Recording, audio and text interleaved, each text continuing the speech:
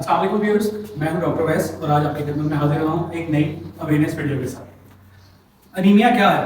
पहले हम कुछ समझ लेते हैं कि अनीमिया है क्या। अनीमिया जो है खून की कमी होने को हम अनीमिया बोलते हैं।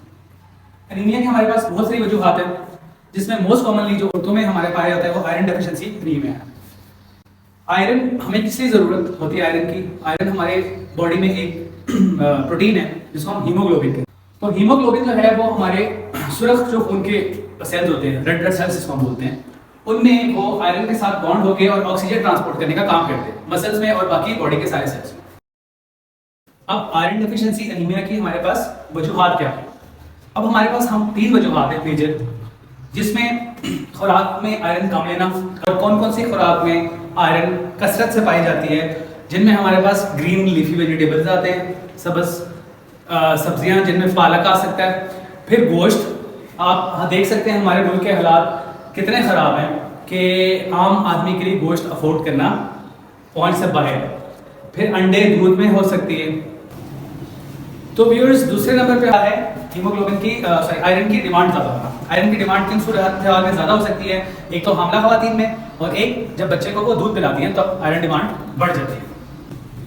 व्यूअर्स, तीसरे नंबर पे हमारे पास जो वजह आती है आयरन डेफिशिएंसी एनीमिया की, उसमें खून का बहुत ज़्यादा ज़्यादा हो जाना या बहुत ज़्यादा खून बह जाना, जिसमें हमारे पास जिन लोगों में नक्सीर का इशू रहता है, नक्सीर बहुत ज़्यादा बह जाती है, या वो हज़रात जिनको बवासीर का मसला है, या औरतों में हमारे पास ड्यूरिंग महावारी हैवी मेंस्ट्रुअल ब्लीड करना, या फिर बच्चे की पैदाइश के दौरान जब आपका बच्चा पैदा नॉर्मल डिलीवरी से हो, फॉर्म हो या वो सी सेक्शन से हो, तो उसमें खून का बहुत ज़्यादा ज़ाया होता है।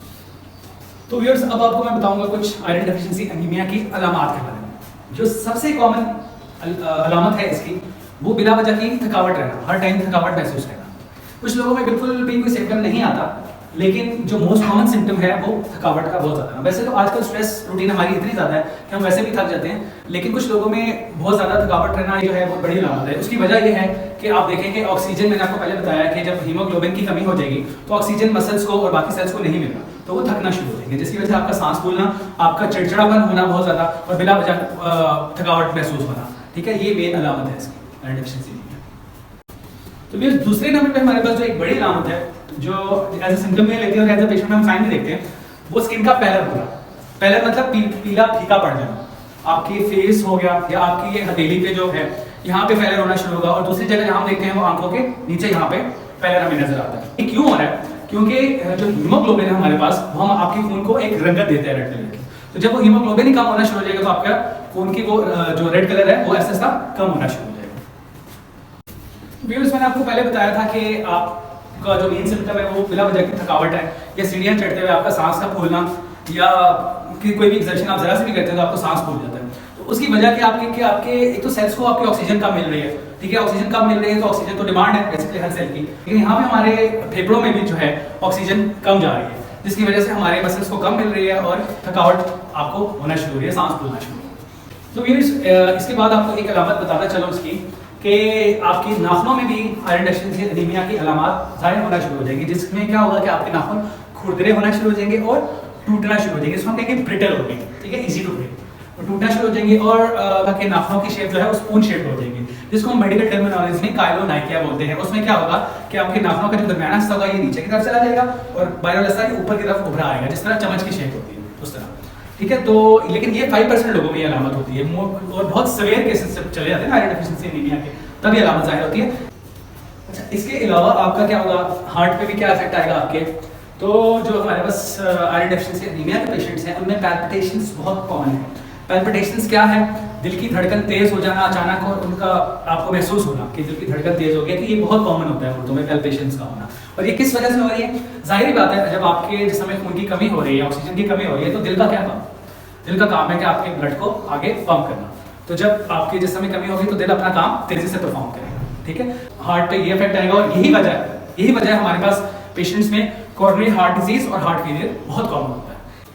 इसके अलावा व्यूअर्स, कुछ खवातीन ने हमारे पास ये शिकायत लेके आती है कि हमारी जिल्द जो है, जो आपकी स्किन है, बहुत खुरदरी हो गई है और बाल बहुत ज़्यादा गिर रहे हैं। ठीक है, बाल उन्होंने आप देखें कि आफ्टर प्रेगनेंसी में, आफ्टर डिलीवरी औरतों के बाल बहुत ज़्यादा गिरते हैं। तो क्या वजह होती है? यही वजह होती है।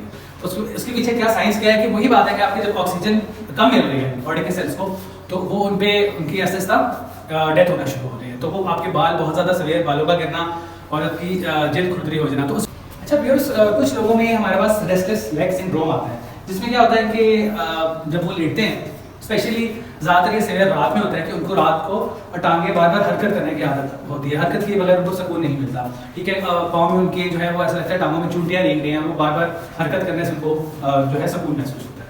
तो कुछ लोगों में ये अलामत भी होती है।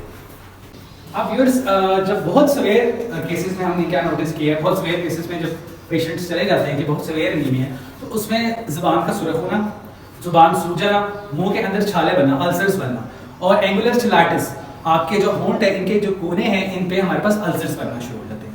अब इसकी हम डायग्नोसिस कैसे कर सकते हैं, डायग्नोसिस मतलब पता कैसे लगा सकते हैं? तो आपको सबसे पहले अपना CBC करवाना है, कंप्लीट ब्लड पिक्चर या blood CT, complete blood count. उसमें हम लोग HB लेवल्स देखेंगे।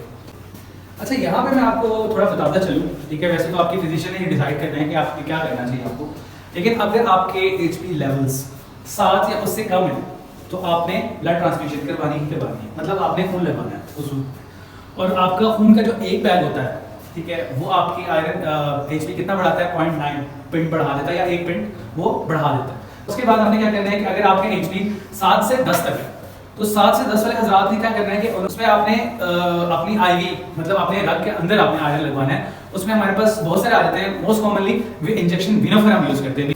अब आपका जो इंजेक्शन विनोफर है वो आपकी आयरन HB लेवल्स कहाँ तक बढ़ा रहा है, वो आपके एक हफ्ते में 1.5 1.5 उसके लेवल्स बढ़ा देगा। लेवल्स आ रहे हैं खवातीन में 9 से 11.5 पे, या हजरात में 9 से 12.5 पे, तो तब हम सप्लीमेंटेशन करते हैं उसकी।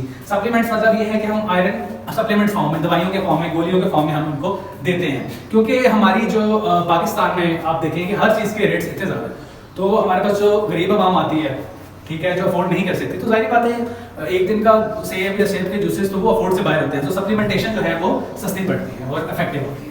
उसमें हमारे पास ओरल टैबलेट्स आ जाती हैं, ठीक है, तो वो आपने कब कहाँ 3 महीने तक लेनी होती है। वो ये होता है कि 2 से 3 हफ्ते में वो आपके 1 पॉइंट बढ़ाता है लेवल्स, ठीक है। तो वो आपने 3 महीने तक लेनी है। और लेनी कैसे आपने, कि आपने आयरन किसी चीज़ के साथ नहीं लेनी है। अगर आपने खाने के साथ आपने क्या करना है कि खाने से आपने आधा घंटा पहले लेनी है, और अगर आप कोई मल्टीविटामिन्स और ले रहे हैं, कोई सप्लीमेंट्स और ले रहे हैं, तो उसके आपने 2 घंटे बाद लेनी है। आयरन आपने किसी चीज़ के साथ लेनी है। और आयरन अगर आप ले रहे हैं तो आपने ये बात दिमाग में रखनी है, आपने परेशानी होना कि आपको ब्लैक टारी स्टूल्स आएंगे, ब्लैक कलर के स्टूल्स आएंगे, मतलब आपको जो आपका बड़ा पेशाब होगा वो डार्क हो जाएगा आपका, ठीक है। एक तो ये हो गया इसका, और दूसरा आपको जो है वो कब्ज रहेगी, बहुत कॉमनली आयरन से कब्ज बहुत ज़्यादा हो जाती है। अपने डॉक्टर हज़रात जिनको नहीं पता तो उनको भी पता लग जाएगा, और अपनी कॉमन अपने पाकिस्तानियों को ये मैसेज देना चाह रहा हूँ कि अगर आप आयरन के साथ विटामिन C लेंगे, ठीक है, तो विटामिन C जो है वो आयरन एब्जॉर्ब करने में आपकी हेल्प करता है। और विटामिन C जो है वो वैसे भी इटसेल्फ उसके बहुत फ़वाइद हैं, एंटीऑक्सीडेंट है, एंटी एजिंग है, और बहुत ज़्यादा उसके फ़वाइद हैं। आपका इम्यून सिस्टम भी बूस्ट करता है, तो आप विटामिन C ले लें। तो व्यूअर्स, इसी के साथ मैं आपसे इजाज़त चाहता हूँ। आई होप आपको मेरी वीडियो बहुत पसंद आएगी, बेस्ट लगेगी, इंशाल्लाह आपके लिए बहुत हेल्पफुल होगी। मिलते हैं नए वीडियो में नए मैसेज के साथ, तब तक के लिए अल्लाह हाफिज़।